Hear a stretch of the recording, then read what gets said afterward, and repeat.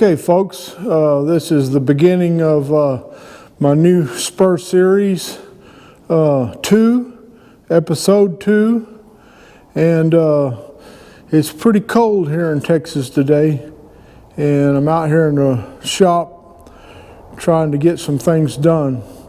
So what I'm going to start off with, as we left off on the episode 1, is we cold bent our spur bands. And now I'm going to heat them bands up and finish the bending process, because when you cold bend something, they spring back on you to some extent. So we want to finish that up. And what I've got set up here is I've got my band here that was cold bent. I've got it clamped here at the back, and I've got the die clamped down to a piece of metal so it won't move. And I'm going to simply heat this band up, and then while it's hot, I'm going to bring it in by tapping it this way, bring it in close to the die, and then we'll put a little cold water on it and see if we can't suck it down.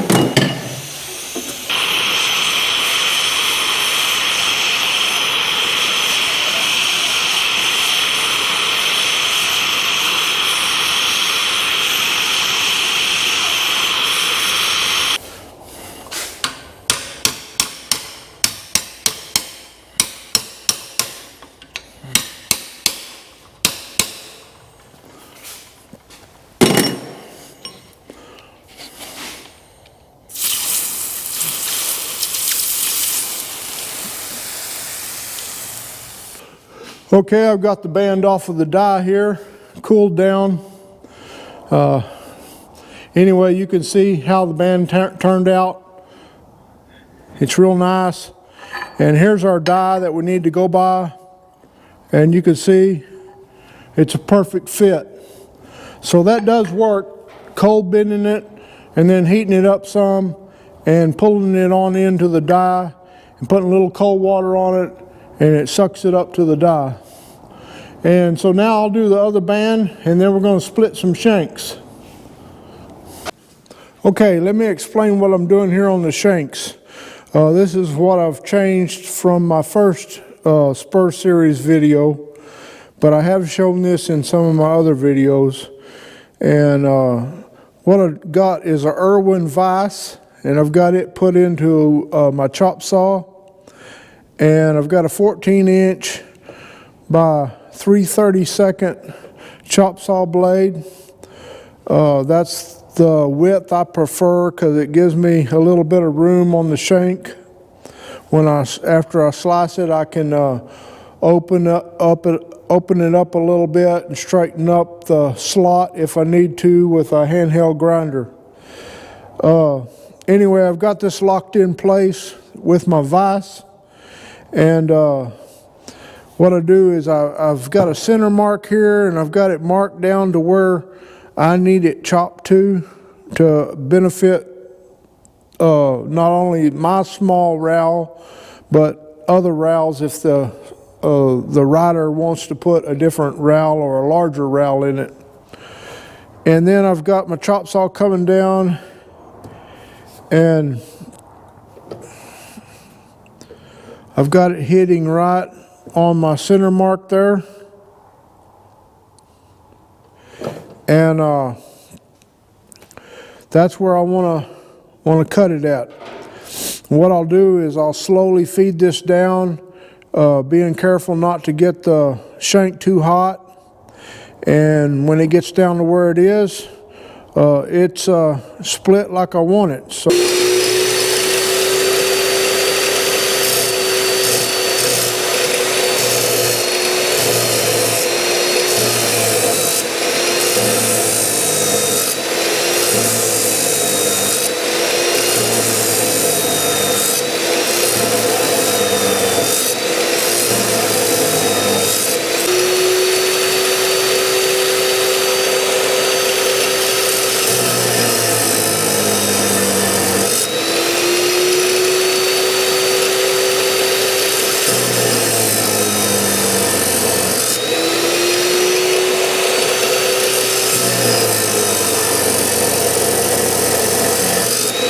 okay, I've got the shank split here, and hoping you can see that good.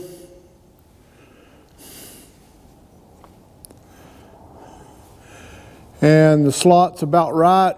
It's right in the center. Put my rowel in there. I'll just put a dowel pin through here. And we've got a pretty good fit. Probably need to widen it out just a hair to let the rowel spin freely and make sure that if you get mud in there and all that, that it won't be too gunked up or anything like that. So we'll split the other shank and then march on with this process. Okay, I'm going to show you my next step before I go welding shanks on is when you bend these bands, they get a dish in them. And you can kind of see that maybe. And so that's when I put them on my belt sander and I just go around and get that smoothed out. So that's what I'm going to do right now.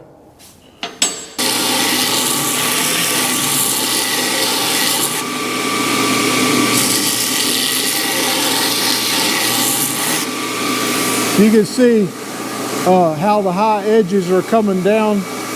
That's what I'm talking about.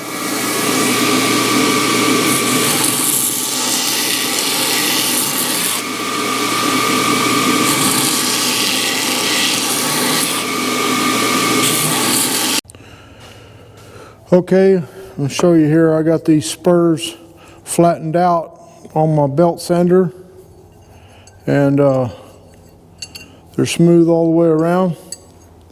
So next thing I would do is I would I take the shanks and I mark the center of the shank this way and that way, and I stake a 3/16 dowel pin in there.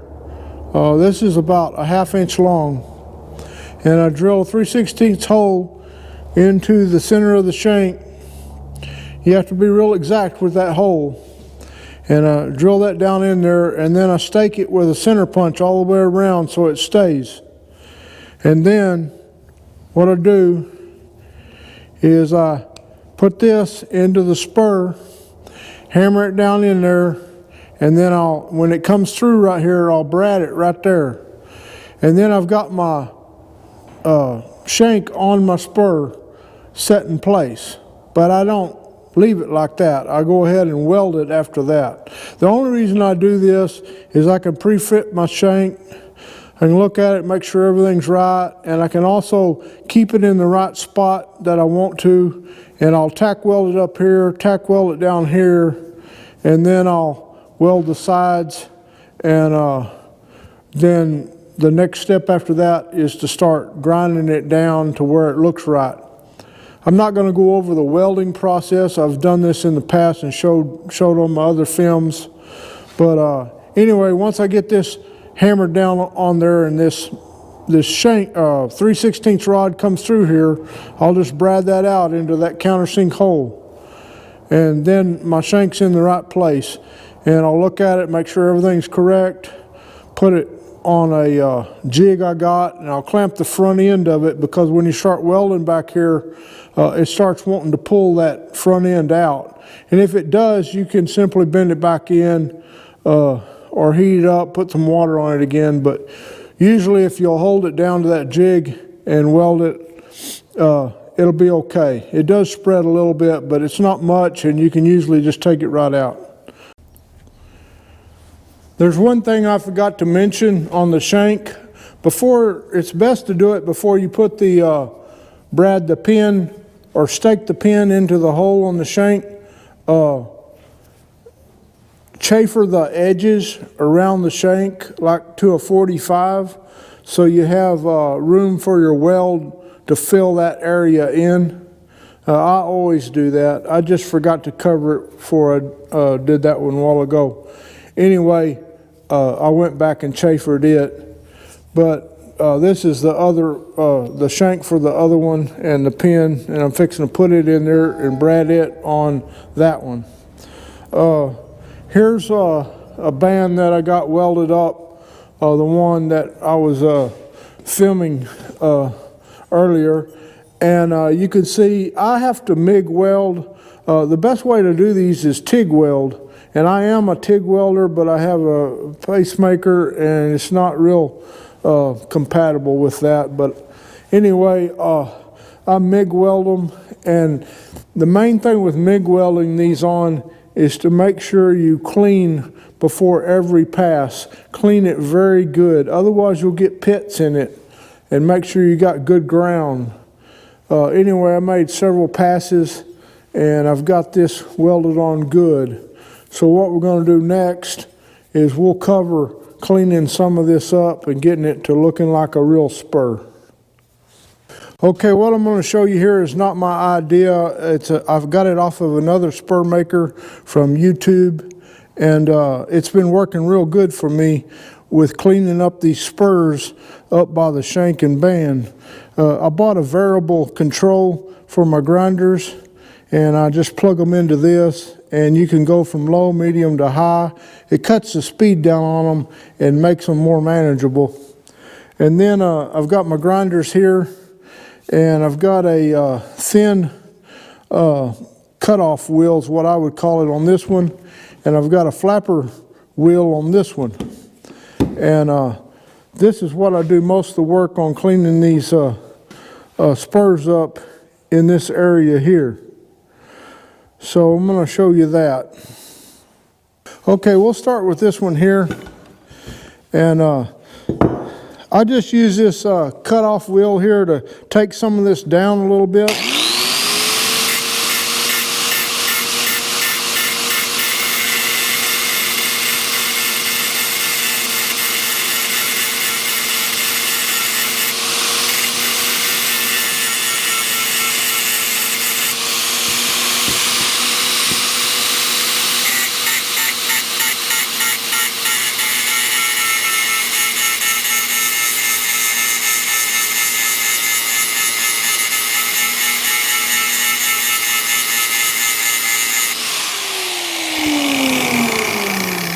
Okay, I just continue on like that.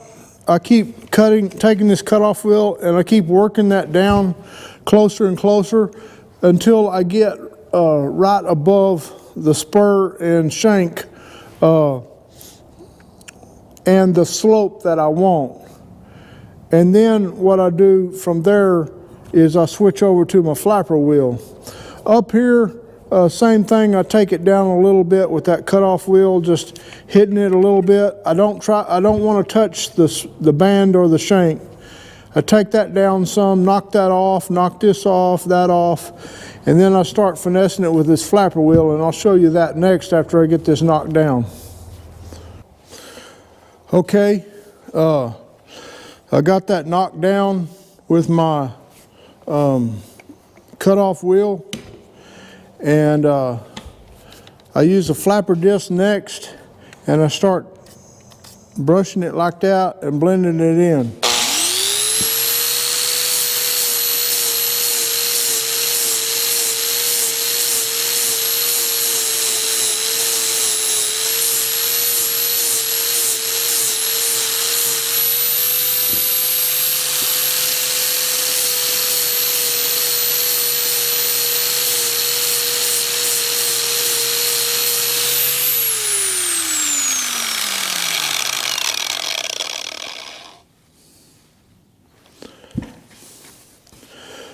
Okay, right here, as you bring that down, you're going to find sometimes where you don't got quite enough weld. Like right here, I need to put another bead right there, and I need to put another bead right there, because I need that to blend in. And I'll do that here in a minute. On this top, you just blend it.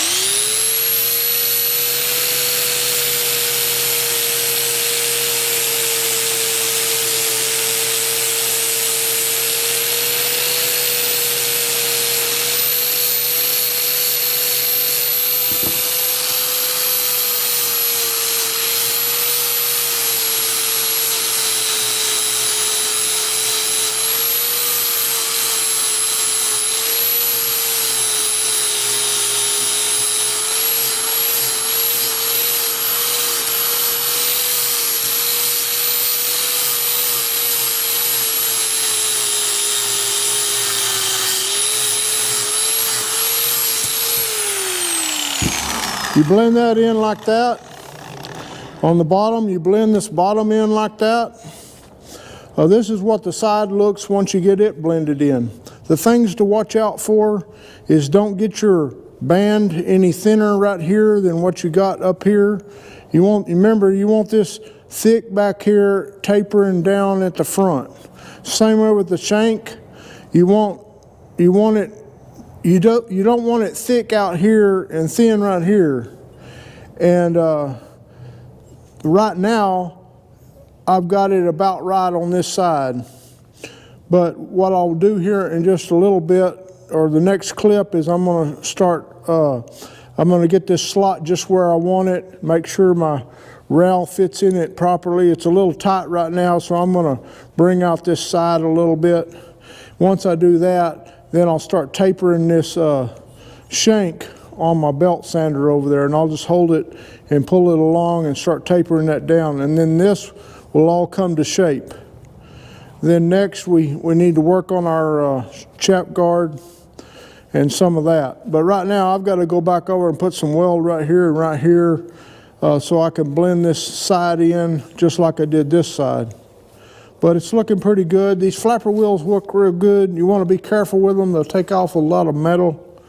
But they work real good in taking out your deep sanding scratches from that 50 grit band belt sander blade when we were trying to get the dish out of this band.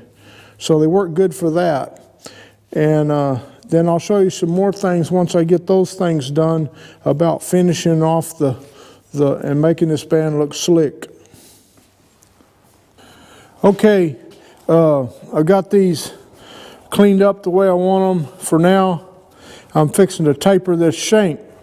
I've blue die kilmed the ends, and I've made a scribed line to where I want to take it down to.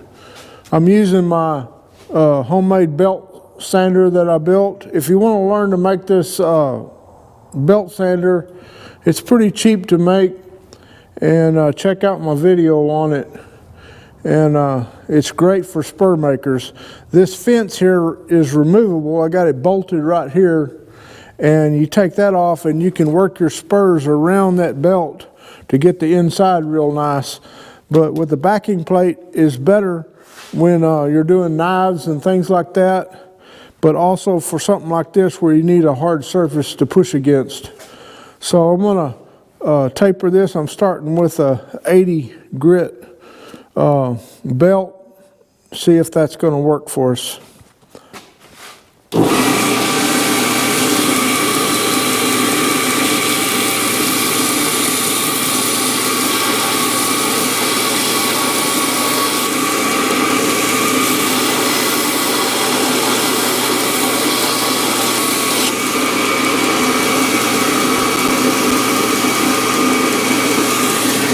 I've got a pan of water right over here that I dip it in every once in a while. I don't want to get it too hot.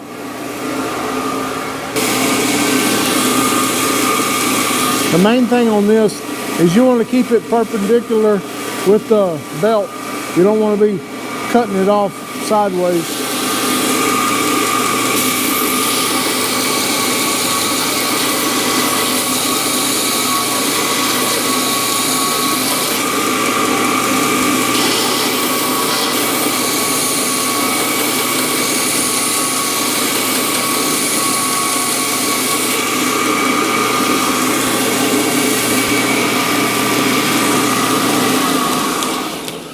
Okay, I'm slowly taking it down. It takes a little bit. After I use my 80 grit, I'm going to go to a 120, then I'm going to go to a 240, and then I may go to a 400. But this isn't for my final cleanup. I'm going to show you another deal that I do on the final cleanup of the band and all that. But anyway, you just keep going with this, keep trying to get down to your lines, and you want to get that tapered look on that shank, just like we did on the bands. Okay, I'm going to run through this kind of quickly. I'm having a hard time with camera batteries in this cold weather. It's really sucking them down. What I've got when I go cleaning these spurs up, I got them tapered like I wanted them and all. And I use a disc adapter on my grinder, and I've got it running through that variable control. And I've got a 80 grit on here right now. And I just use this. This gives you a lot of control on cleaning these bands up.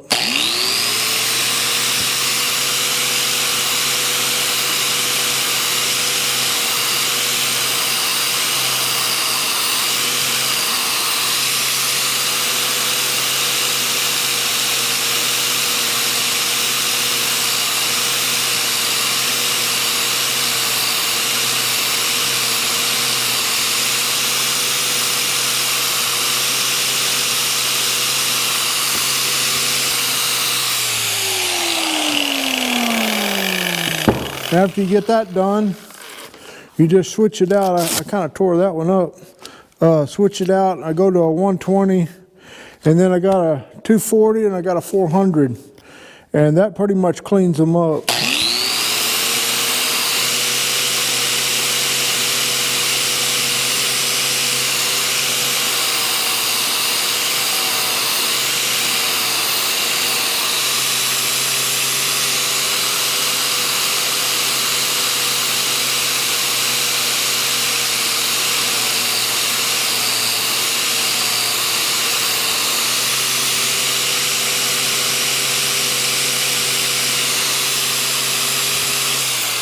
And what it does, it just gives you a lot of control. You can use the edge of that disc to just gently roll into this stuff.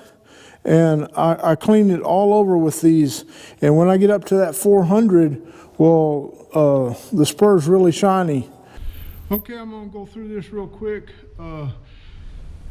We cleaned it up real good all the way up to 400 with the sanding disc on the grinder. And now I go to my 400 belt on my belt sander. I took off the backing plate and I start going and hitting the edges and a few places. These 400s bend real easy, and so you can just get in like that around the shanks and all that. You can do all of this with the disc on the grinder, but since I have a belt sander, and if you do too, you can take it even further with a 400 on your belt sander. So that's what I usually do next, and I'll just show you a bit of it.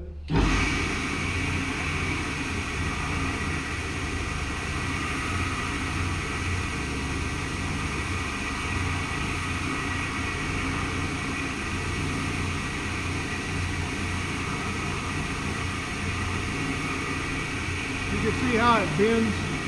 It can even get in here and do that.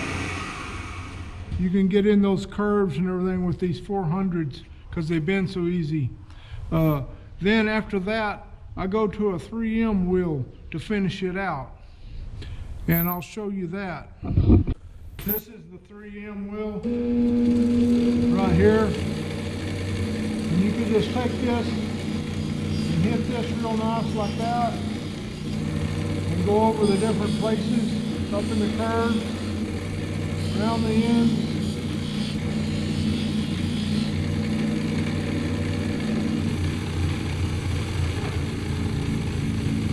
And this 3M wheel will take it even to the very end. You can see how nice this spur is, how smooth that 3M wheel did after using that 400 on the belt sander. It's nice and pretty much I wouldn't do anything else to it, except I'm going to hit the inside when I get the hangers in it. Anyway, I wanted to show you that. The sanding disc, if you don't have many tools and all, at minimum, that will take your spur to where you can finish it up by itself. But if you've got a belt sander and you have access to those 2x70 belts, then I'd get you a flexible 400 and take it on with that. Also, you'll need that belt sander to really hit the inside of these spurs later on. The 3M wheels, they're 7S fine, I believe is what it is, and they last forever. This is the same wheel I've had for a couple of years. I don't do totally spurs. I do a lot of jewelry and those things, as you know, but they do last a long time.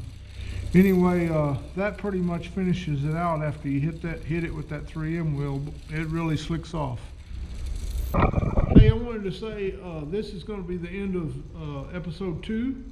We've got these spurs ready for hangers and the swingers, and got them to where we can put the rowels in them.